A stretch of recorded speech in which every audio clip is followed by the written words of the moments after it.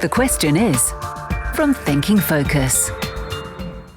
Hi, I'm Graham and welcome to The Question Is Recap, where in this series we're going back and looking at some of our podcasts from the last 10 years and picking out a few of our own favourites. And we've had 160 or so podcasts to choose from.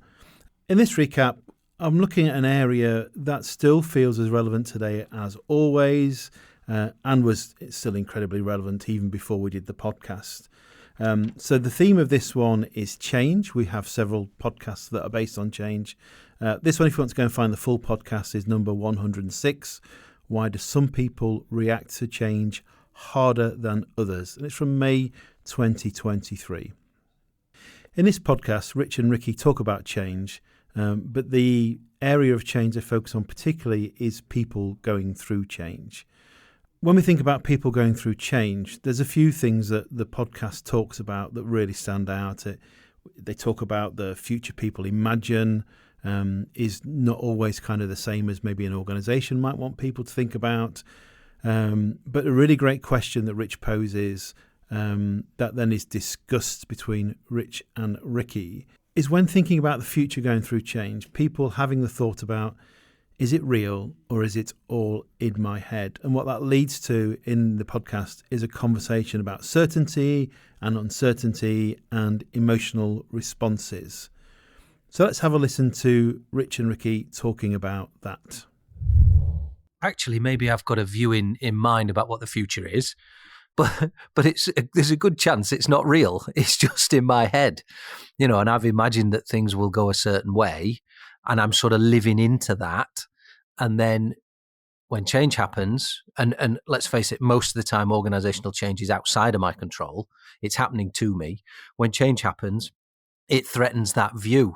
And if that view is threatened, and maybe then there's no way that it can exist, or I can't see how it can exist, I have, as you mentioned, quite a lot of uncertainty then, which probably is then going to prompt an emotional reaction, as I can't see what the future is. I might struggle even more, and I think we've seen this a number of times over the last couple of years, where there's an awful lot of sort of self-esteem that is attached to what somebody's doing or they might do in the future. And if that changes, that can have a knock-on impact onto how I feel about myself and view myself and my self-worth.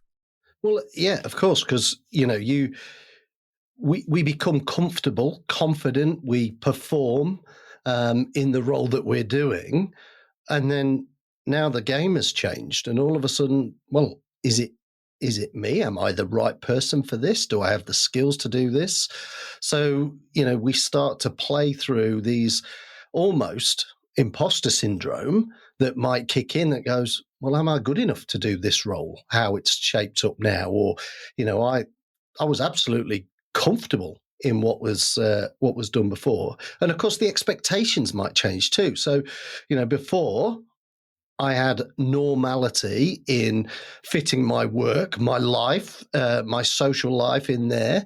And, for me, the social life is all around, chaperoning my 11-year-old to all his bits and pieces. Well, if suddenly my role meant I was on the road more than I am right now, well, that might also be a factor that affects my sense about, well, this is unfair because yesterday I knew what the game looked like, I knew how to play the game, and now today it's all changed. So what I found interesting about that was kind of that link to the emotional response that people often have in many situations, but particularly when we're going through change. And what followed in the podcast was a discussion around how people might have a sense of unfairness about what's happening to them and to others around them.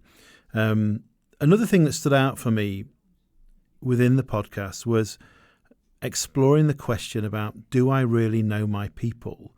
And actually, in a lot of the work that we do, we encourage leaders particularly to think about the people that they lead and how well do they understand them? How well do they understand their motivations? And this is critical at any time, really, but is also crucial when going through change.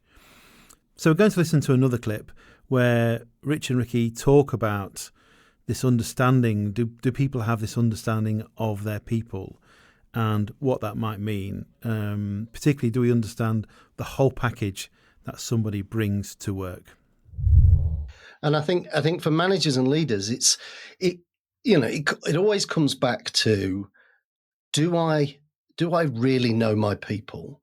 Do I know what, I know what they can do from a work perspective, but what are the external factors, their home life, their personal life? If all of a sudden, I'm saying you can't now go and, watch your son go and play cricket because you now need, that might become a deal breaker for you.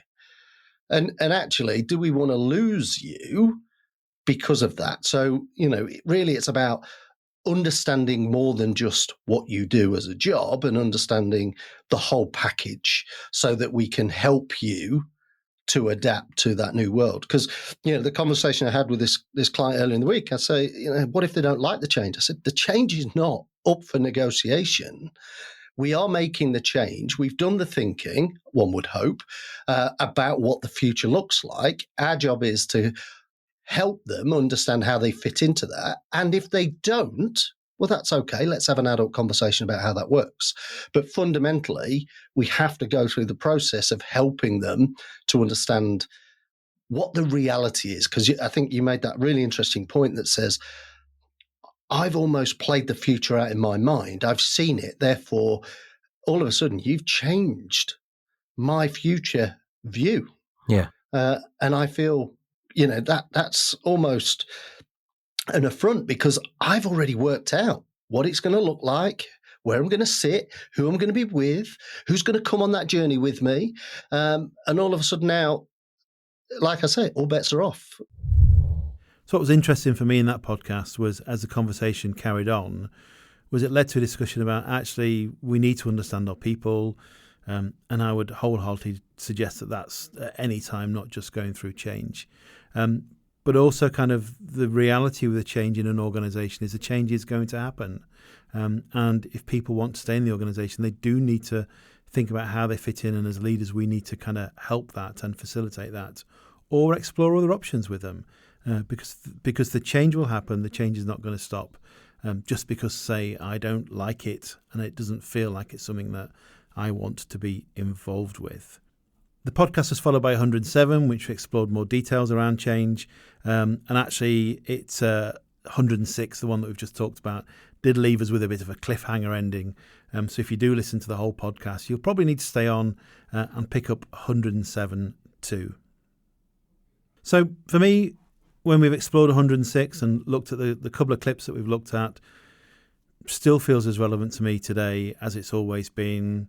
Still some great tips on there for any organisation, any leader who are having to take their people through change. Next time on The Question Is. And yet, if you go and say, this phone's getting old, I'll buy a new one soon, none of the briefing or the sales of phones are going to talk to me about how it serves my needs. They're going to talk to me about the features of the phone. And I'm left to do the translation. To find out how Thinking Focus can unlock the potential within your organisation, go to www.thinkingfocus.com, where you'll discover more about the work we do, helping our clients increase productivity and enable change.